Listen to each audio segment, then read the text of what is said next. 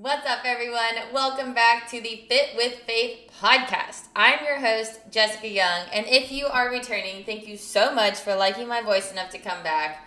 Hopefully, I can get myself on video soon so you guys can see all my funny aneurysms and the fact that I am so animated when I talk. Because if you could see me right now, you would understand that my hands are moving the entire time that I'm talking. And now I just blessed you with that thought in your head so you can picture me moving my hands the entire time you listen to me. And if you are new here, I really hope you like my voice enough to continue to come back because this podcast today is episode 18.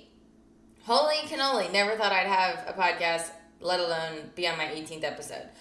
Today, if you saw the title, it is about the plague of progress and how advancement leads to emptiness. And, in 2024, today, I feel like that is something that needs to be talked about. And God really hit me with it the other day. And, as far as, having a tropical storm this last week and everything flooding and the way that things are. And, I think everyone has, COVID PTSD because, tell you what, here in Charleston, yes, we knew we were going to get rain.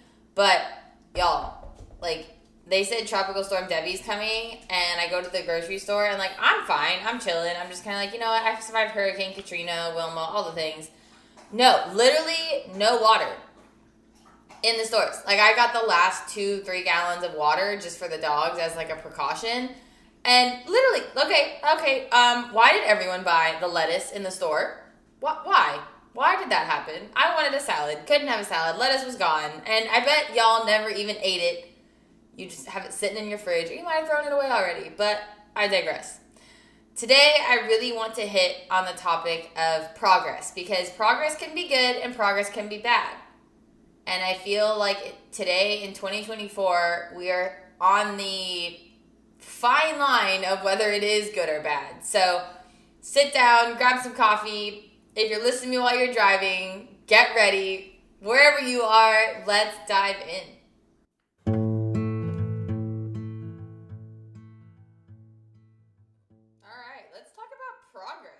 Okay, I'm just going to name some things and let's see how much y'all remember.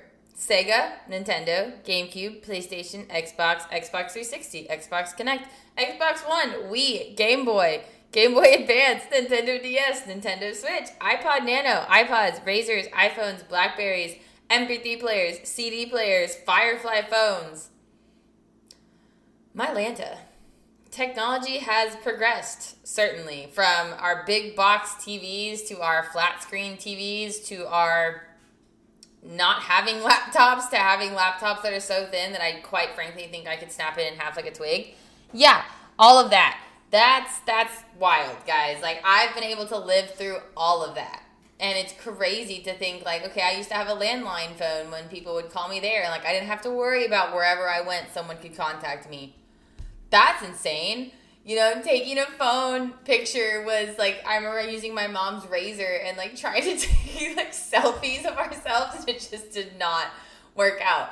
I remember the BlackBerry phones. I was so jealous that all my friends had because I would just play with the flipping of the screen and it was the coolest thing ever. We all loved that screen that could flip up. Don't even play with me. If I still had one, I'd probably use it. I loved having the keyboard. I thought that was the coolest thing ever. And now we're kind of okay, how small can you make my phone? How small can you make my laptop? How light can you make it? How compact can you make it? Oh, but it also has to have, top of the line graphics and photo quality. And it's just crazy to me. I used to have so much fun with my little Polaroid camera and my little Walgreens, $10 film camera thing. And now I'm kind of no, I need, my professional camera because I'm a photographer and I need my vlog camera and I need my phone. Wow. That's insane to me. That is seriously crazy. And all those gaming systems I mentioned, I said, I lived through all of that. I remember being in the airport and having my CD player and my CD player dying and making sure I had batteries and corded headphones. What a concept. The point that I'm going to really dial in today is the fact that sometimes progress isn't actually progress. And it can be a plague. Because think about it. Like I said, back then, I didn't have to worry about comparison. I didn't have to worry about the newest technology. I didn't have to worry about like, oh, how did they look? How did they see me? What did they think? What this, that, and the other. And if you feel like you're on a hamster wheel of progress, like today I want you to hop off because I want you to listen and see where we can change these things. Because first things first, if you don't know or remember those gaming consoles, what the heck? Like, if I just named all of those and said all of those things, and you're like, what are you talking about? I'm going to feel really old, and I'm not that old. I'm 27, guys. Like, please don't make me feel that old. Second, Nintendo 64 days were the best days, in my opinion. You can't change my mind on that, because let me tell you what, like, playing Tanks and 007 and Super Smash Bros. On Nintendo was elite. Okay? And just a total side note, I still have, I think, all of those gaming consoles, like, in storage in Colorado. Just saying. Yeah, it's super nostalgic, and I absolutely love that I have all of them. So, yeah, still remember the days when, like, my Nintendo games wouldn't load, and I had to blow in the bottom of it, because for some reason we all thought that that was, like, the magical answer. And the crazy thing was that most of the time it did work, and did it make sense? Absolutely not. Were we totally spitting into the bottom of our games? More than likely, yes. But it's really crazy to me to look back on those days and think about all of that, because, I mean, I don't know about you, but aside from the fact that I was a kid and life was easier, I feel like we were all just happier back then. I feel like society as a whole was just so much more peaceful. And again, maybe that was me being a kid, but shoot, like, I feel like my parents weren't as stressed, like, adults weren't as stressed back then. And, like, there was different things to be stressed about, I'm sure, but now, I can't imagine being a parent with a child right now with all the craziness that's going on, and the internet trolls and the creeps and the pedophiles and the lying, and like I feel like every day I'm just hearing some horror story about some child abduction or someone, like, their child almost getting abducted or kidnapped, and it blows my mind. Like, when I was a kid, I was outside my house, like, playing basketball, playing with the other kids in the neighborhood. And I'm sure my mom kept an eye on us, but it wasn't like, no, you can't go outside and play because, God forbid, someone drives by in their van and grabs you while you're playing. Like, that's insane. And I look at kids now and think about how it was when I was a kid, and I really feel bad for kids today because it's really sad. Like, the way it is now, I couldn't imagine trying to grow up right now. It seems like no one really plays outside like I used to, at least, and everything is a click away. Bullying is on a whole nother level. Comparison is everywhere. Goodness, I mean, little girls have more skincare and hair care routines than I do at 27. Listen, when I was growing up, I don't remember ever having any skincare stuff other than, like, sunscreen when I went to the pool, the beach, or my soccer games. And now I see girls on TikTok and Instagram, and little girls, like a third of my age or half my age. And I promise you, these little girls have more Ulta and Sephora products than I have ever owned in my entire life. And, oh, let's not even mention the fact that, God forbid, a little girl likes sports and doesn't like being girly like that. Then society wants to tell her that, maybe you should have been born a boy, or maybe you're in the wrong body.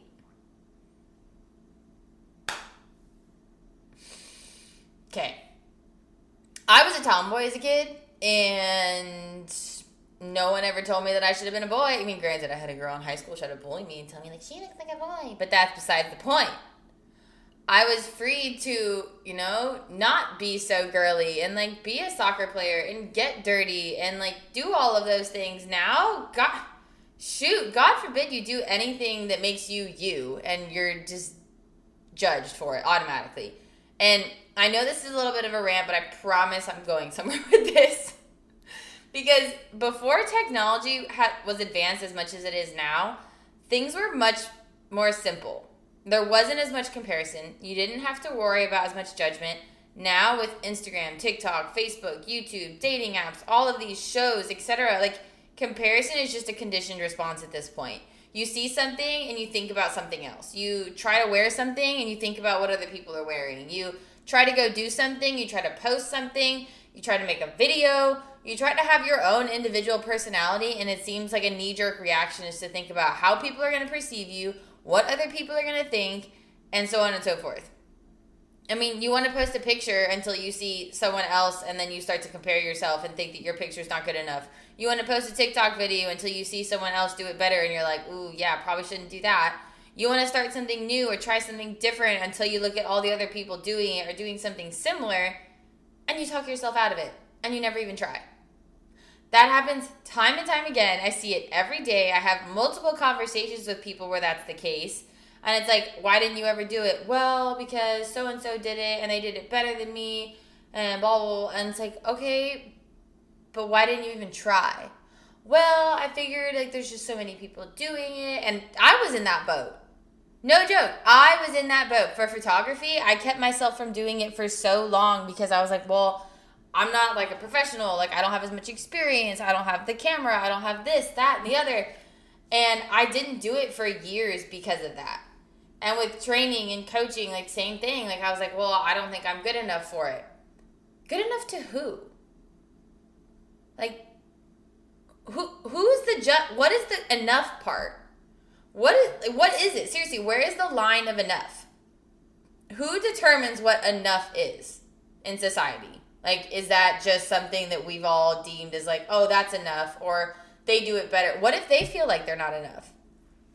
I don't know where this enough concept came from in our minds or why we conditioned ourselves to believing this way or acting this way, but frick, man.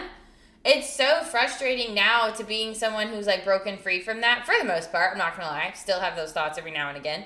But to be where I am now compared to where I used to be and see people go through the things that I went through or like those mental processes that I went through. And like I said, kids today. It hurts my heart to know that so many kids think they're not enough because of the comparison game. You see these girls, like I said, like getting all of their skincare and hair care routines. What if you're not one of those girls? Like, I can't imagine being like how I was as a kid in today's society because holy cannoli, I'd probably feel like I should be under a rock all the time because that's just not me. That's not my personality. That's not how I was. I mean, my dad raised me to like not need makeup and to believe that I was good and I was pretty and all of these things. And like me being a tomboy was totally okay. And me loving sports was totally okay.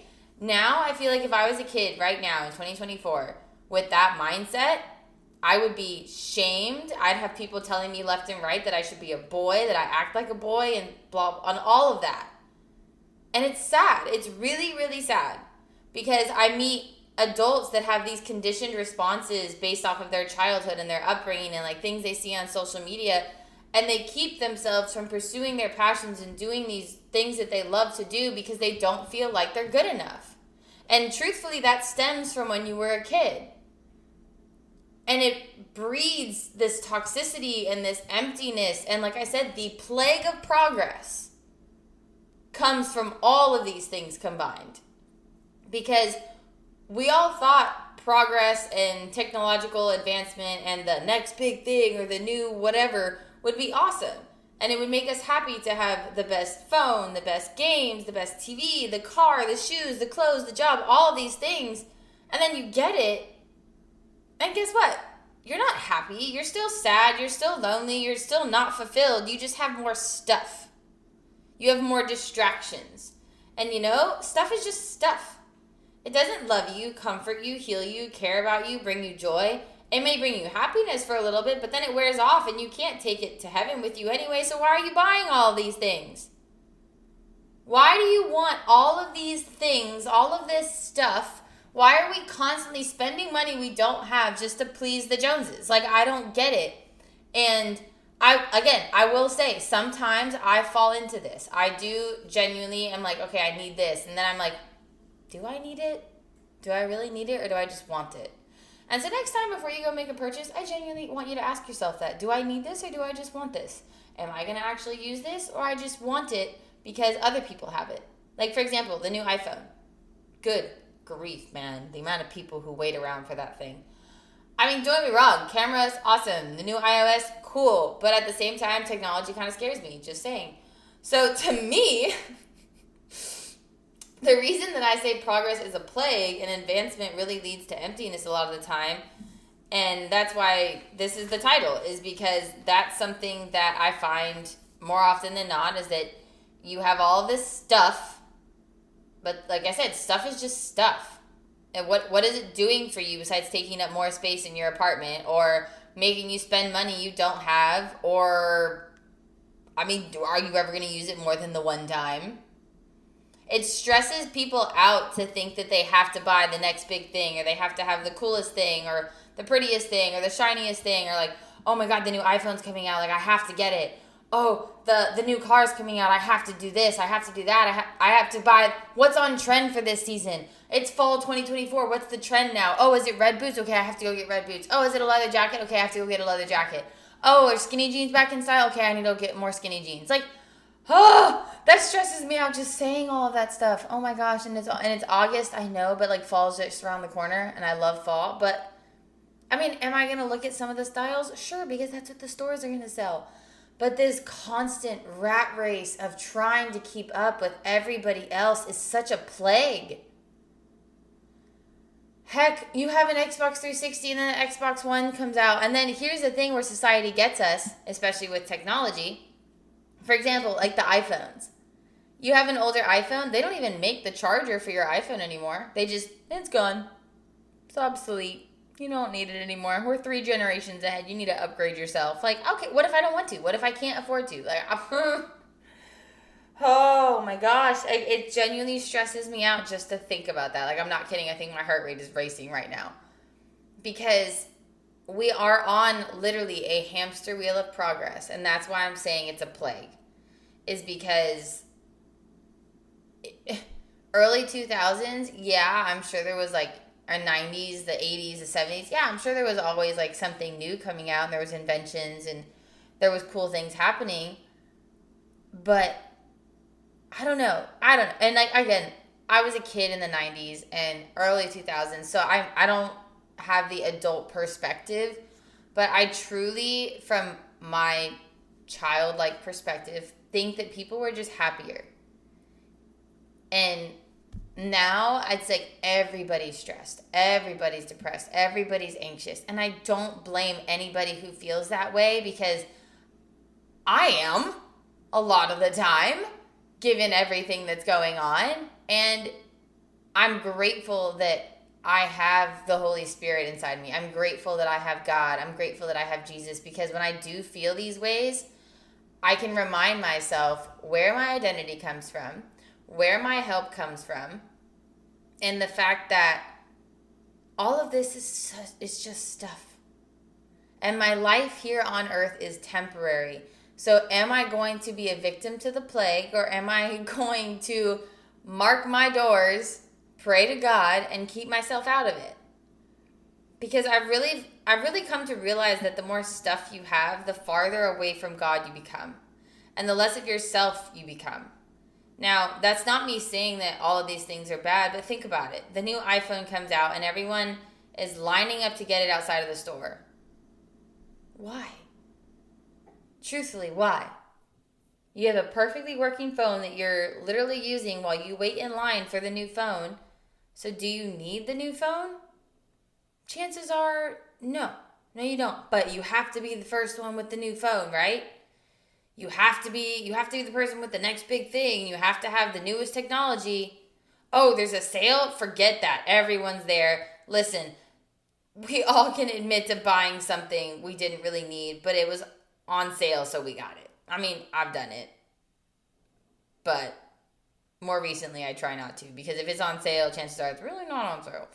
And again, do I really need it? No, probably not. It's going to sit in my closet, or it's going to sit on my counter, and I don't need it. And today, like I said, it stresses me out. Black Friday used to be Black Friday. Now it's like, oh, Black Friday week, or Black Friday in summer, and Black Friday in July, and Christmas in July. And it's like, oh my gosh, like how much money can we get these people to spend? How much can we trick them into thinking stuff is on sale? And guys, guess what? All of this, it's just a distraction. It is a distraction from God. It is a distraction from who you are. It's a distraction from your problems. People distract themselves by doing all this and playing all of these games and always wanting the next big thing to distract themselves from how they really feel, to distract themselves from how their lives really are. Like I said, you're spending money you probably don't even have in the first place. So you're distracting yourself because you want outside validation. You want to feel like you fit in this world. Well, guess what? As Christians, as children of God, we're called to be above this world. So why would you try to fit in with everybody else when that's not what God calls us to do? God didn't tell Jesus, I want everyone to like you, please the masses, don't say anything that would upset anybody. If someone does something, you have to do it too. Like, no, Jesus was here to preach the gospel, to spread the good news, and to be different. That's why he is the perfect Son of God.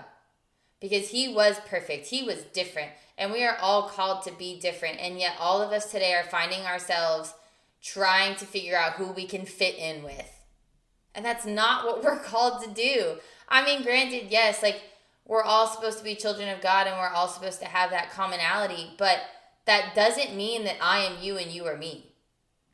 We live in a society with anxiety, depression, and emotional stress higher than ever before. And does that really surprise you? It really doesn't surprise me. I mean, like I said, people are spending all this money trying to buy the next big thing just to please everybody else and fit in because they don't want to feel inferior. So when they end up with anxiety and depression, I'm not surprised. Like you're trying to fill a void with material items instead of trying to fill your void with God. And guess what? He's the only one that can truly fill it. So that begs the question, what are you rooted in? What do you go to? Where are you planted? Are you rooted in the world or are you rooted in God? Because in Matthew chapter 6, verse 24, it says, no one can serve two masters. For you will hate one and love the other. You will be devoted to one and despise the other. You cannot serve God and be enslaved to money. Let's think about society today, guys. Everyone is enslaved to money. The government pressure that is on us right now, the high prices, the high tickets, the medical debt, the house mortgages, the car payments, the phone payments, everything. We are literally enslaved to money. And yet people spend it like they got it, which is kind of ironic, but I digress. Technology has changed the way we see ourselves as well, because we determine our value or our place in this world based off of what we have. And it's also changed the way that we see others and the way that we think about life and the way that we see God, honestly, because, I mean, I talked about the comparison aspect, but what about the fact that we live in a society that wants everything to be convenient and fast? Everyone wants it now. They want it when they want it. They don't want to wait for it. That's why we have DoorDash, Uber Eats. That's why we have Instacart. That's why we have Amazon Prime. That's why we have one-day delivery, same-day delivery. It's crazy. And because of this mindset, I mean, relationships have changed. Love has changed, technically, on society standards. Not on the God standards, but in society, love has changed. The amount of effort that people put in has changed. The amount of work that people are willing to do has changed. And no one seems to have any kind of lick of patience anymore. And that, again, brings back the point of why I called this episode Progress is a Plague, or the Plague of Progress, is because of the continuous erosion of our emotional, mental, and spiritual well-being. You have to think about the fact that as things progress and as society changes and as we advance, the emotional state of people today has deteriorated. It has quite literally eroded. And don't get me started on the spiritual health. Good golly, Miss Dolly. Talk about erosion. The amount of people trying to take God out of this world. It is... I think I'm just going to keep using the term mind-blowing to me. Because God created all of us, and there is people that are literally trying to make it seem like that's just this made up belief. And that in itself, that blasphemy blows my mind. So an example that I wanted to give is obviously social media, because social media has changed relationships, it's changed society, it's changed life in so many ways. And one way that it's changed is, like I said, relationships. I mean, don't get me wrong. Granted, some people do meet on social media and they live long, happy marriages. They have kids, all the things. They meet their person. That's great. But for the most part, I'd argue it's created more insecurity, more trust issues because of the dating apps and liking other people's pictures, looking at other girls and guys, or being single and just having all of these options readily available to you. Having all of these things to distract you. Like I said, this is all a distraction. So as we've progressed in social media, we've severely declined in human interaction, in trust and loyalty and communication and so much more. And as a 27-year-old who's single, I will stand on that hill. That society has changed social media, and that has changed relationships, that's changed love, that's changed how much people are willing to trust each other, that's changed how much people can connect, because social interactions are, while they're great and I love going and doing things with people, it is so hard to find people that, one, you can trust, two, are going to actually show up, and then three, it's just like, I mean, as a single person in today's society, they slid into my DMs, or, oh, I'm on this dating app and this dating app. And I will proudly declare that I am not on dating apps. And it is so freeing. And truthfully, I mean, if I were to, okay, let's backtrack. I fully have given that part of my life to God and trust God in that aspect of, like, you know what, God, like, I know you know who my person is, and I know that you will bring them to me when the time is right. The dating apps, in my opinion, are a work of the devil. Because that is the devil's way to manipulate relationships. And it's like being a car salesman. Swipe this, swipe that, like this, like that. Oh, don't like that. Oh, you're a window shopper. Let's think about it that way. You're a window shopper. You're walking by thinking, like, do I want to go in that store? No. But I'll come back to it if I don't find anything else. That's literally what dating apps are. And if you believe in what God says, and you believe that God has a plan for you, and then God is watching over you, and that God has a purpose for you, then there is no reason that you should be trying to manipulate meeting someone who's quote unquote your person. You don't know who your person is. God does.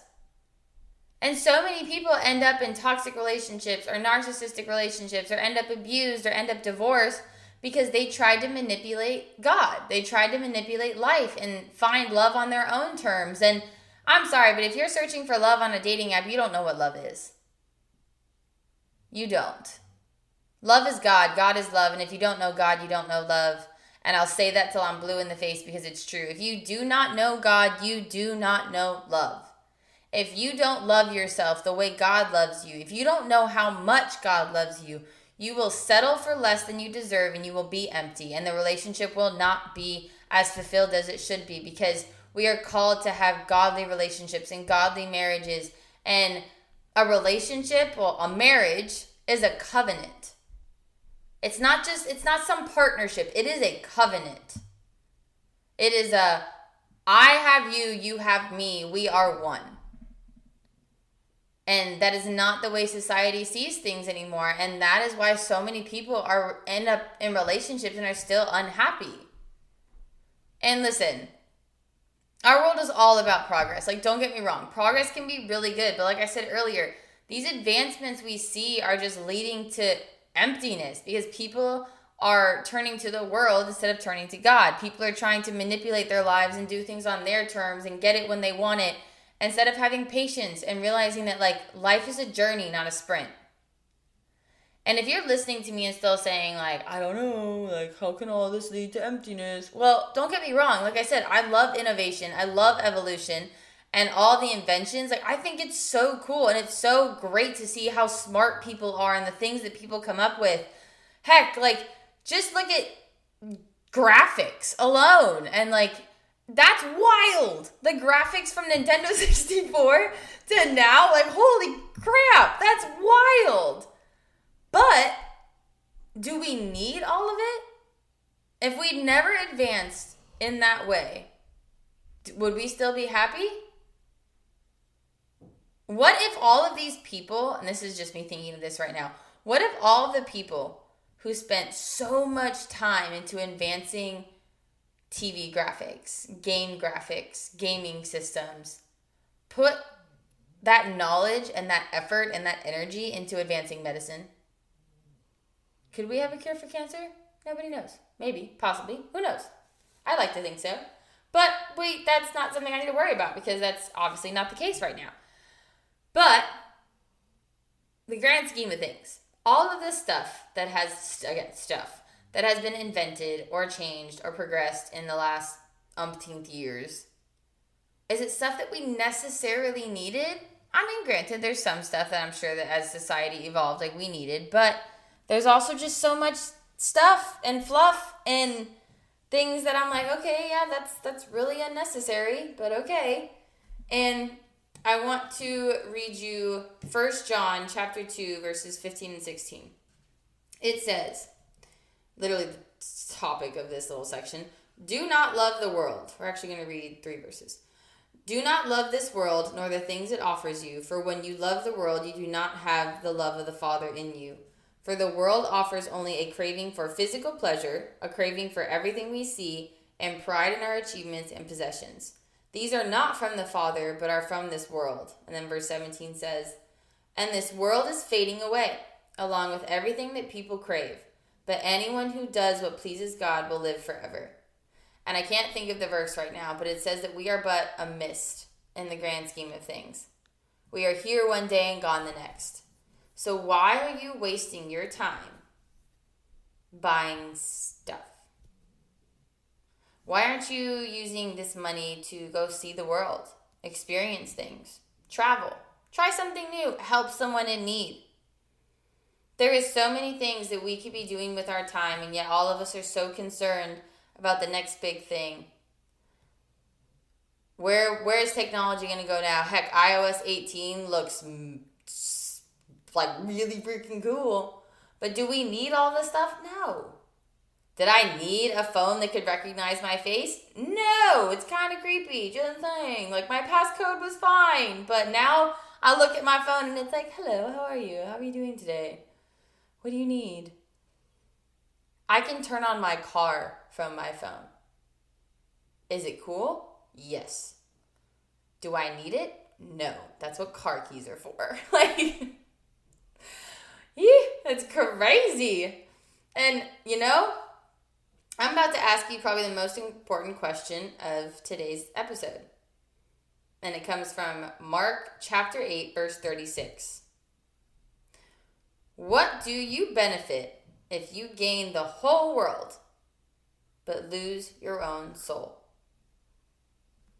Ask yourself that. What is it that the world gives you?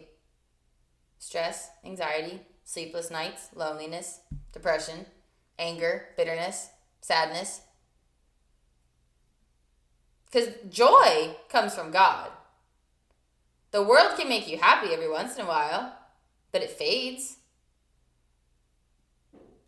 And the more that you go to this world and you turn to this world, you lose your soul. The Holy Spirit lives within you. That's where your joy comes from. Your joy doesn't come from your new iPhone. Your joy comes from God. So with everything that I've mentioned, I want to add, though, that there are some good things. I'm not going to completely say that social media and all this stuff is bad, because a lot of my job depends on social media. Heck, I'm on a podcast. Podcast didn't exist when I was a kid, at least not that I know of. And the fact that it exists now is awesome. I get to talk to people and reach people on a different platform. That is so cool. And it's worldwide. And it's so cool to be able to have that kind of thing. And like I use Instagram to reach potential clients and to help people and put out good content and put out like heartwarming content and like make sure that people know like you are beautiful, you are loved, and there are positive ways to use social media. There really is. But there's also just so many ways to beat people down and to hurt people. And I feel from what I've seen and witnessed in the last 10 years, there is so much more negative than positive in the internet space. Cyberbullying has reached levels that I don't think anyone ever expected. Suicide because of cyberbullying is horrific. And there's other good things from technology, I guess. I mean, you're able to connect with people across the world and post videos and help people, but it's crazy how someone can post a video like trying to help others. Like, for example, when I post stuff about God, all I'm trying to do is just spread the gospel, and I'll have people telling me the most ugly things for no reason. They don't know me, but they want to say these things to me because they can hide behind their keyboard. So the idea of the plague of progress, it comes from seeking fulfillment in things of this world instead of turning to God. And so many people are walking around bleeding insecurity, anxiousness, depression, and other mental health concerns, which means they're sad, lonely, angry, bitter, desperate, anxious, etc., instead of seeking restoration in the one who can heal their hearts and help them. They turn to shopping, sex, drugs, alcohol, vape pens, smoking, porn, dating apps, and all of these other things. When are you going to realize that the only person who can fill your cup is God? You and God. That's how your cup is restored. That's how your cup is filled. You can't keep relying on other people and other things of this world to fill your cup. It's never going to happen that way. And I will say never, and I'm not someone that uses absolutes a lot, but it's never going to happen. You are never going to be fully fulfilled and healed if you keep seeking this world instead of God. And you see, I'm not saying like you can't buy things or go shopping, and I know that retail therapy, sometimes it helps. I mean, like I said, it brings you joy, it brings you happiness, like it helps you out of a little sadness, and it's fine. And I'm not necessarily saying that it's bad. What I'm saying is that new thing is not going to fix those feelings you have. You're putting a Band-Aid on a problem you're putting a Band-Aid on a cut that can only be healed with God. And sometimes I feel like a lot of the stuff that people go to quote unquote cope, it makes it a lot worse. And it just kind of deepens the cut a bit. And like I said, only God can heal these cuts and only God can heal these wounds. Because the world is very unkind. It's a very unkind place to be most of the time. And it is the breeding ground for demons and the devil. And like the devil is here, the devil is around. And whether you want to see it that way or not, I mean, I really hope you start to. Because there is so many things in our society that are meant to purely distract us and keep us from God. And like I said, it'll bring you temporary happiness, but it will never bring you eternal joy. That only comes from God.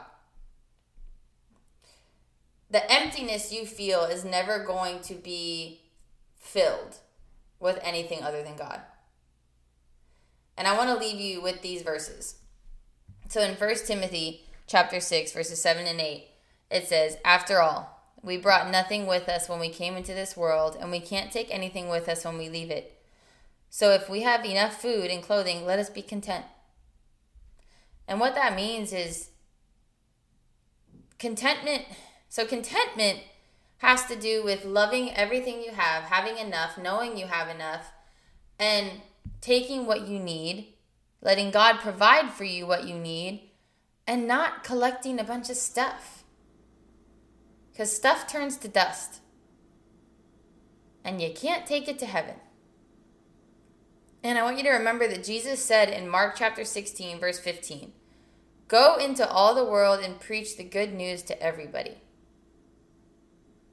That's what we're called to do. And I'm sorry, you don't need the brand new phone to do that. You don't need the brand new clothes to do that. You don't need Louis Vuitton and Gucci and Michael Kors and Prada and all of these things to preach the good news to people. You don't need designer handbags, what's on trend for clothes, what's new and exciting. You don't need all of these things to make God happy, nor do you need them to spread the gospel. People only, in my opinion, get these things because they're empty inside and they're wanting these things to fulfill them and bring them joy and bring them happiness. And I'm sorry, but I don't know anybody who's full of God and joy and love and prosperity and all of these things wearing designer handbags all the time and designer clothing. I mean, I think a lot of the richest people in the world are sometimes the simplest people in the world. If they're rich for the right reasons, that is. So like Dean Graziosi is someone that I truly look up to and am inspired by his story. And I'll tell you what, this man is a multi-billionaire. And every time I watch one of his podcast episodes or his videos or his teachings in business, the man is in jeans and a black t-shirt. He's not trying to impress me on the other side of the screen. He's comfortable. He's being him. And he donates more money to charity than he gets credit for. And so does Tony Robbins. And those are some of the richest people in the world. And I can tell you what, they're also some of the happiest. And it's not because of their money. It's because of the fact that what they do is help people. And they haven't changed who they are because of their money. And they'll even say like more money, more problems. But then Dean also says, if you don't think money can solve problems, you haven't given enough away yet. Not you haven't earned enough yet. You haven't given enough away. So everyone wants to get rich, but what are you going to do when you get rich? Are you going to help more people? Are you going to use your money for good? Or are you going to use your money for selfishness? Or are you going to try to keep filling yourself with money instead of helping the world, helping people? Now, I'm not saying you have to go be Mother Teresa, but heck, you have all this money. What are you doing with it? You want all this money. What are you going to do with it? So let me say it again. Mark chapter 16, verse 15. Go into all the world and preach the good news to everybody. And I want you to continue to ask yourself what it says in Matthew chapter 16, verse 26. And what do you benefit if you gain the whole world but you lose your soul? Is anything worth more than your soul? As far as I'm concerned, we're priceless. Yet we find ourselves putting a price on everything that we have and everything that we are and everything that we do. Your soul comes from God, and there is no price tag on it. So stop putting a price tag on it. I truly hope that this podcast episode kind of enlightened you and made you think about things differently. I hope that you start to ask yourself those hard questions. I hope you start to find contentment in having less because, heck, more money, more problems, right? I don't need more stuff collecting dust. I'm content with where I'm at, and I'm happy with where I'm going, and I know that God will provide for me what I need when I need it. And I really hope you can start to see your life in that way. And if this inspired you to go clean out your closet and donate some things, then awesome. If this is inspiring you to sell things you don't need, awesome. Give your stuff to Salvation Army, to a women's center, to Goodwill, to homeless shelters. You don't need all the stuff you have. You could probably look around the room that you're in right now or look in your car and find stuff you don't need. Stop collecting stuff. You can't take it to heaven. God wants your heart, not your stuff. I hope you like this episode. I hope you keep coming back. Like I said, truly hope this episode opened your eyes, and if you liked it, please go ahead and like and rate the podcast. Let me know what you think. Leave a comment, leave a review. I really appreciate it. And with that being said, I hope you never forget that you are fearfully and wonderfully made, and God loves you, and I will see you real soon.